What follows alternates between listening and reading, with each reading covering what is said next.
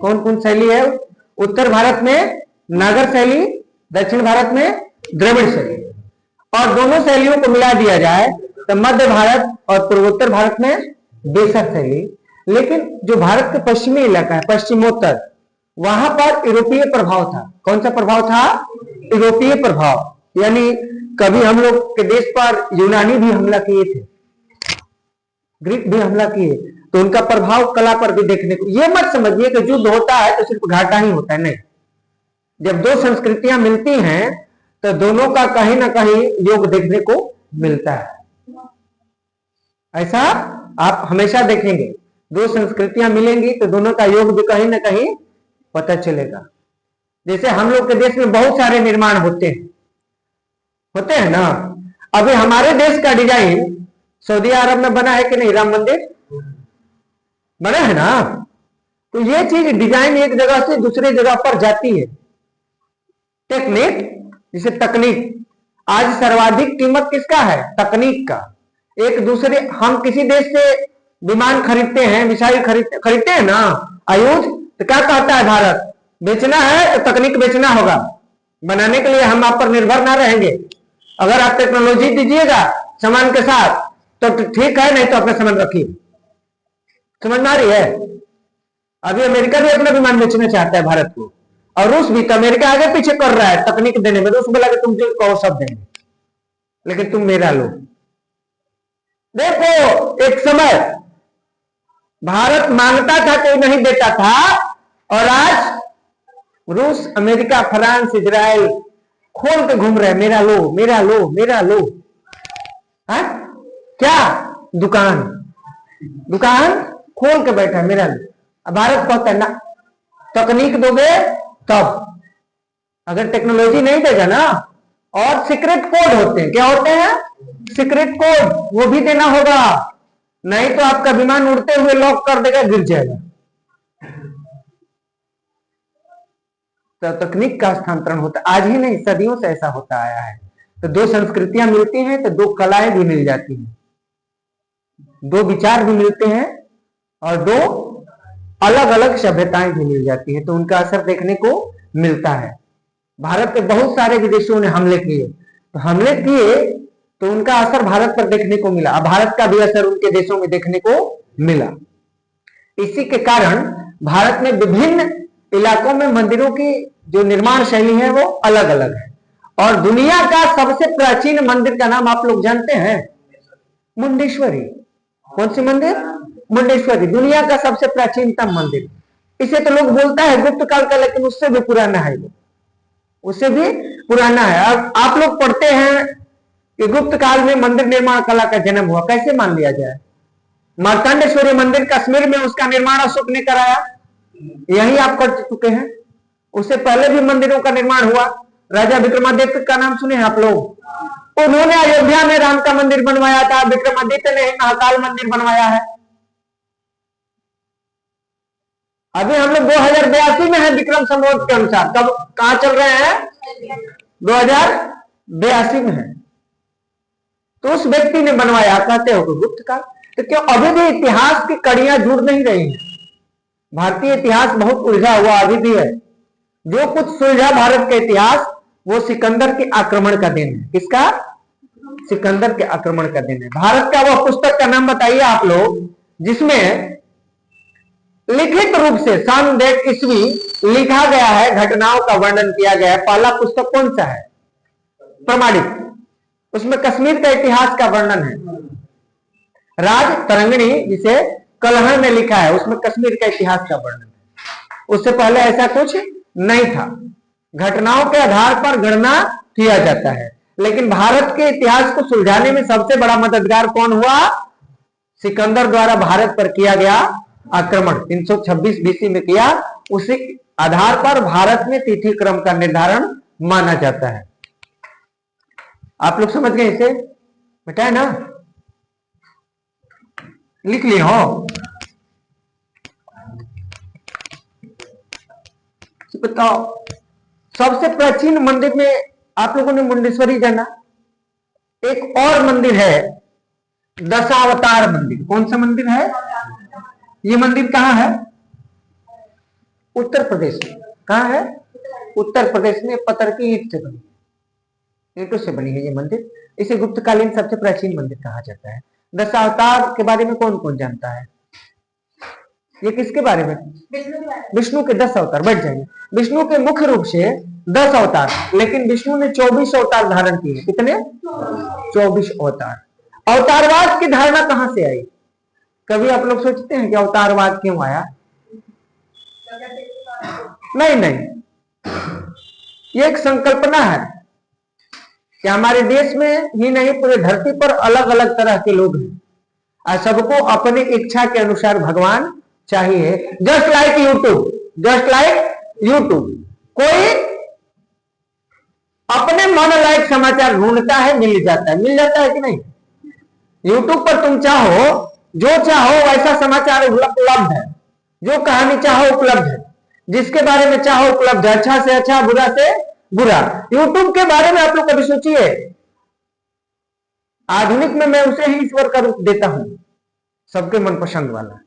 तो ये अवतारवाद जो आया है, ये मनपसंद के कारण आया है ना। किसी बुद्धि की जरूरत है तो सरस्वती गणेश की पूजा करता है, किसी पैसे की जरूरत है तो लक्ष्मी की पूजा करता है, किसी इस दुनिया से मतलब नहीं है जिसे वो विष्णु की पूजा करता है, जिसे शक्ति की जरूरत है दुर्गा, हनुमान जी। इसी तरह अवतारवाद का जन्म हुआ है।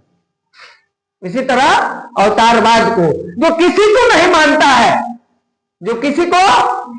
है, तो बुद्ध को मानने लगा।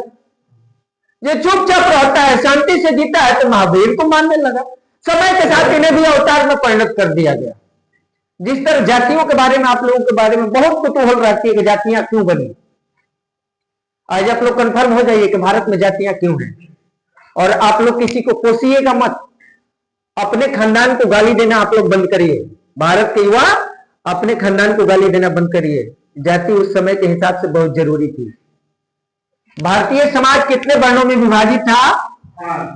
ब्राह्मण, क्षत्रिय और वैश्य एवं शूद्र, इन 4 में विभाजित था। और एक ही परिवार में चारों लोग भी होते थे। कर्म के आधार पर बांटा गया है। किस आधार पर? आप किसी भी भारतीय पुस्तक को उठा लीजिए, जाति का वर्णन नहीं मिलेगा प्राचीन ग्रंथों में। उपनिषद, अरण्यक, पुराण, वेद, आप कहीं भी जाइए, पंचम वेद है गीता, वहां भी गीता में तो स्पष्ट रूप से कहा गया है कि चारों वर्ण में ही हूं, कर्म के अनुसार मुझे उस रूप में जाना जाता है। इंसान पैदा तो होता है मनुष्य के रूप में, लेकिन वर्ण मतलब वर्ण करना, जिसे तुम चाहते हो, जो तुम अपनाओगे ना। जो व्यक्ति बलिष्ठ होगा, लोगों की रक्षा करेगा, समाज की रक्षा करेगा, उसे क्षत्रिय के रूप से जाना गया। किस रूप से? क्षत्रिय। और राक्षस भी शब्द क्षत्रिय शब्द से ही बना है। रच धातु से राक्षस बना है। उस राक्षस का भी रक्षा करने वाला होता है, लेकिन जब शक्ति अधिक हो जाती है तो वही संहार करने लगता है, होता है ना। और ब्राह्मण जो पढ़ने लिखने लगा, वेदों का जो ज्ञान देने लगा, वेदों को जो परंपरा आगे बढ़ा, वेद मीन ज्ञान, यानी ज्ञान को पढ़ना और पढ़ाना, ज्ञान से जुड़े हुए जो कार्य किए, उन्हें क्या, किस नाम से जाना जाता था? ब्राह्मण। अच्छा, मान लीजिए एक परिवार में 2 लड़के हैं, 2 लड़कियां हैं, एक पत्नी है, एक पति है, यानी उनके माता पिता। पिता खेती करते हैं और माता घर में सबके लिए भोजन बनाती है। एक लड़का बिजनेस व्यापार करता है और एक लड़का देश का रक्षा करता है, समाज का। इस बताइए, इसके बारे में आप लोग जरा पढ़िएगा वेदों में और प्राचीन ग्रंथों में दिया है कि मैं क्षत्रिय हूं, मेरी माता शूद्र है, मेरे पिता वैश्य हैं और मेरी बहन ब्राह्मण है। यह है आपके ग्रंथों में। और अब आइए कि जाति कैसे बन गई। बहुत दिनों तक हम बलिष्ठ रहे, बहुत दिनों तक हम लोग बलिष्ठ रहे, अपने वेदों की बातों को मानते थे।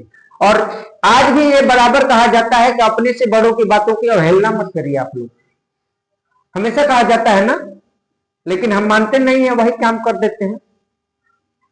खासकर लोग, अच्छा लगता है ना, आंखों में बस जाता है। लोग मना करता है लेकिन मानता नहीं है ना, वही ठीक है। तो आप लोग कहावत कहते हैं कि दिल लगी दीवार से तो परी क्या चीज है। आजकल आदमियों के नाम परी रख रहा है। अच्छा, परी कभी मनुष्य हो सकती है? किन्नर, तो लड़का का नाम किन्नर रखो, गंधर्व रखो, यक्ष रखो। ये सब नाम नहीं होने चाहिए मनुष्यों में, ये सब नाम मनुष्यों में होने ही नहीं चाहिए, लेकिन ऐसा ऐसा आप लोग नाम रखते हैं। अब एक दिन हम पढ़े, एक नाम रखा था कियांश। अब कियांश का मतलब उसे अच्छा लगता हो, कियांश मतलब जो सुबह सुबह हम लोग उठ के निकालते हैं आंखों से, यही होता है कीचड़। अर्थ जानिए तब नाम रखिए। नाम की कमी है क्या देश में? अरे कुछ नहीं तो प्राचीन ग्रंथों को उठा लीजिए, किसी बढ़िया पात्र को देख लीजिए, नाम ही नाम पढ़े हैं। नाम का मतलब कहीं ना कहीं कुछ अर्थ होना चाहिए, अर्थहीन नाम लेने से कोई फायदा नहीं है। कोई अपने नाम, बेटे का नाम रावण रखता है, जो कि रावण उतना महान था। बेटी का नाम सुपनेखा कोई रखता है? बाबू, ये समाज देखा देखी आगे बढ़ रहा है जो बहुत घातक है। अब आइए कि जाति कैसे बनी। भारत पर आक्रमण करने में कोई पीछे नहीं रहा। दुनिया में कोई जब पागल होता था ना, मदमस्त शक्ति के मद में चूर होता था, तो सीधे कहां अटैक करता था? भारत। क्यों? क्योंकि भारत शुरू से धनी बनी देश है, आज भी धनी है। भले राशन लेने के लिए बुलेट से भारत में आदमी जाता है, सरकार का राशन लेने के लिए बुलेट से जाते हैं भारत में लोग। पूरी दुनिया में ऐसा गरीबी कहीं नहीं होगा। घर में एसी में रहते हैं लेकिन वो किसान पेंशन जरूर लेते हैं। बेटा डीएसपी है लेकिन पिताजी पेंशन लेने में आगे रहते हैं। ये भारत की गरीबी है भाई। एक कांग्रेस की गरीबी थी कि 19 रुपए गांव में कमा लिया और 30 रुपया शहर में कमा लिया तो धनी हो गया। वाह कांग्रेस, वाह, तेरी जय हो। तेरी तो लुटिया डूब जाएगी इस देश से। मैं इसका विरोध नहीं करता हूं कि बुलेट वाले को क्यों मिलता है, उसने मन से अपने आप को गरीब मान लिया। नियमता यही है, गरीब और अमीर। समझ में आ रही है? जो अपने बाहुबल से जीता है, सिर्फ जन्म लेने से नहीं, अपने देश के लिए भी कुछ न कुछ हमारा संकल्प होना चाहिए। यह देश हमें सब कुछ दिया है, तो जब जरूरत पड़े तो हम अपने देश को भी कुछ देंगे। खूब से खूब मांगेगा तो गर्दन न मांगेगा, वो भी अपने देश पे हम न्यौछावर करेंगे, क्योंकि हमारे लिए यही सबसे महत्वपूर्ण है। धर्म महत्वपूर्ण नहीं है जितना महत्वपूर्ण हमारे लिए राष्ट्र है। और यह एक चीज सिर्फ सनातन में बताया गया है कि सबसे महत्वपूर्ण क्या है? अपना राष्ट्र। भारत एक राष्ट्र है, दुनिया में बाकी सभी देश होते हैं। तो जब भारत पे आक्रमण हुए ना, तो वे लोग क्या भारत में से लूटपाट के चले गए? नहीं। भारत पर आक्रमण करने वाले पहलव, ग्रीक, कुषाण, शक, सिथियन, यूची, अफगानी, बहुत सारे आक्रमण हुए। अब ये सब आक्रमण किए, भारत में वे रहे, भारतीय संस्कृति को अपना लिए, भारत में शादी विवाह किए। तो ये बताइए उन्हें किस वर्ण में रखा जाए? क्या कोई कहेगा कि ब्राह्मण में से शामिल करिए? अब वो शामिल कहां होंगे? अगर उनकी इच्छा से पूछा जाए तो बोलेंगे हमें क्षत्रिय बनाओ, क्योंकि हम युद्ध लड़े हैं, हम लड़ने वाले हैं। तो क्या कहेंगे वो? क्यों बना ले? क्षत्रिय कभी एक्सेप्ट करेगा? है?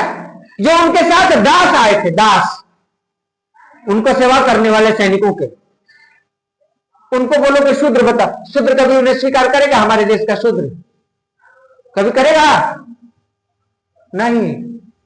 फिर उसके बाद व्यापारी जो आते जाते हैं दूसरे देश से तीसरे देश करते हैं ना, उन्हें हम वैसे मान लें। कैसे मान लेंगे? हमारे देश में ऐसा एक्सेप्शन नहीं है भाई। ये परसेप्शन है भारत को कि सबको एक्सेप्शन इतनी आसान नहीं होती है। नोटबंदी हुआ तो तुरंत गाली देने लगा लोग प्रधानमंत्री को। आज सबसे पहले मजा लेता है कि नहीं? नोटबंदी जब हुआ कि पैसा नहीं है, मोबाइल से लेन देन, कैशलेस, हाहाकार मचा था। जो सबसे अधिक गाली दिया हुआ सबसे अधिक मजा लेता है, उसी का परिवार सर्वाधिक सुरक्षित है कि पॉकेटमारी नहीं होती है। अब पॉकेटमारी की घटनाएं लगभग खत्म हो गई। गरीबों को सताते थे, 100 रुपया ला 10 फुट निकले ना, क्या 100 रुपया ला 10 रुपया फुट नहीं थे। गरीबों को सता दिया जाता था, कहीं दुकान पे जाते थे लोग। अब ना मोबाइल में से डालिए, भिखारी भी लेकर बैठा है, इसी से डाल दो। हंसते हो, पूरी दुनिया में ऐसे भिखारी हैं ऑनलाइन, बच्चे का फोटो लगा देंगे, दिल फाड़, फोटो एआई से बना के लगा दो, कोई ना कोई तुम्हारे फंसी हो जाएगा, कुछ डाल देगा। डिजिटल भिखारी है। और आपने क्या कहा है बाबू, साइबर क्राइम हो रहे हैं, क्यों? मजा मारना है ना, मारिए मजा, धीरे से दे दीजिए सिक्योरिटी कोड। अरे वो चीज हम भी जानते हैं, फंसने के बाद लोग बोलते हैं साइबर फ्रॉड। कहीं ना कहीं आप गलती करते हैं, लालच में आते हैं। बिना लालच वाले को कोई मूर्ख नहीं बना सकता ना, बिना लालच वाले हो ही नहीं सकता। बार बार कहा जाता है कि बैंक आपसे ओटीपी नहीं पूछता है, पूछता है क्या? आप फार्म भरते हो, वहां ओटीपी आता है तो जनबे करते हो कि तुम्हारे फार्म का ओटीपी है। अभी कल लंदन से फोन आ जाता है कि 30 लाख रुपया का आपका लॉटरी ड्रा लगा है, जल्दी अपना ओटीपी बताइए। तो बेचैनी है कि जल्दी बता, तो गया, तो जो लालची है उन्हीं को ही धोखा दिया जा सकता है। नहीं, क्यों मान लेते? आपने लालच किया तो आप गच्चा में जाइए, लालच बुरी बला। आगे आते हैं, तो इन चारों में से कोई उन्हें स्वीकार करने के लिए नहीं है। मेगास्थनीज के नाम आप लोग सुने हैं, और चाणक्य का, जरा सा इनको पढ़िएगा। इन्होंने 7 जातियों का लगभग वर्णन किया है भारत में। कितनी जातियों का? तो मेगास्थनीज के आने से पहले भी भारत पर आक्रमण हो चुका था, और चाणक्य के समय से पहले आक्रमण हो चुका था। अब इन जातियों का नाम ना रखवाइए हमसे, नहीं तो बाकी जातियां खुद को छोटा महसूस करेंगी। इन्हें हम वर्णों में ही छिपा के रखें तो ठीक है। और इसके अलावे जो बाकी जातियां, ये मुख्य रूप से यही है। तो जब देखा भारतीय समाज में कैसा होगा, तो इस वर्ण व्यवस्था को जाति व्यवस्था में बदल दिया गया कि अब कर्म से नहीं, जन्म से होंगे। क्या? नहीं तो विदेशियों को बनाना पड़ता ना। तो क्या बोल दिया, भारत का लोग बैठ के अपना मत बना के, नहीं, जो ब्राह्मण में जन्म लेगा उसी को ब्राह्मण माना जाएगा, जो क्षत्रिय में जन्म लेगा उसी को। तो यहां से ये जाति परिणित हुई। संभवतः यही कहानी है, संभवतः यही कहानी है। इसके अलावा बहुत सारी जो जातियां हैं, तो विवाह में आप लोग पढ़े होंगे, अनुलोम और प्रतिलोम ना। ये जो विवाह होता है, अनुलोम और प्रतिलोम, उच्च कुल की कन्या निम्न कुल का पुरुष, निम्न कुल की कन्या उच्च कुल का पुरुष, तो ऐसे लोग विवाह करते थे। तो ये आखिर किस में जाएंगे, कहां शामिल किया जाएगा? महाभारत में ऐसी कहानियां भरी पड़ी हैं, महाभारत में ऐसी कहानियां भरी पड़ी हैं। तो इसके कारण भी भारत में जातियों की उत्पत्ति हुई। बहुत ऐसी जातियां हैं कि जिसके बारे में कोई इतिहास नहीं है, लेकिन अब हैं, अब हैं। तो कुछ लोग जो कर्म करते थे, कर्म, जैसे जो मिट्टी का काम करता था वो कुम्हार कहलाया, जो लोहे का काम करता था वह लोहार कहलाया, सोने का काम करने वाला स्वर्ण काम का ना, जो खाना पीना बनाया था वो हलवाई कहलाया। तो ऐसे ऐसे जातियों का विकास भारत में हुआ है। जो प्राचीन लोगों ने जाति बनाया, क्यों बनाया? कि विदेशियों को हम अपने आप में शामिल नहीं करेंगे, इसलिए जाति बनाई गई। और समाज में समय के साथ बदलाव हुआ, समय के साथ बदलाव हुआ, और इतने हमारे इतिहास को छिन्न भिन्न किया गया। अच्छा, तक्षशिला और नालंदा को बर्बाद क्यों किया गया? अगर आप दिमागी रूप से सशक्त रहेंगे तो आपको कोई गुलाम नहीं बना सकता। सबसे पहले किसी देश को गुलाम बनाना है तो उसके संस्कृति को नष्ट कर दो, उसके इतिहास को नष्ट कर दो। जब संस्कृति और इतिहास नष्ट हो जाएगा तो हम जो कहेंगे वही सुनेगा ना अगला। तो अब भारत फिर से पुनः अपने पुरानी परंपरा को तलाश रहा है और उसी पर रिसर्च कर रहा है, उसी के हिसाब से आगे बढ़ रहा है ना। और समझ रहे आप लोग आखिर जाति व्यवस्था क्यों आई? जाति व्यवस्था के लिए यही कारण सबसे सटीक और जिम्मेवार है। Thank you.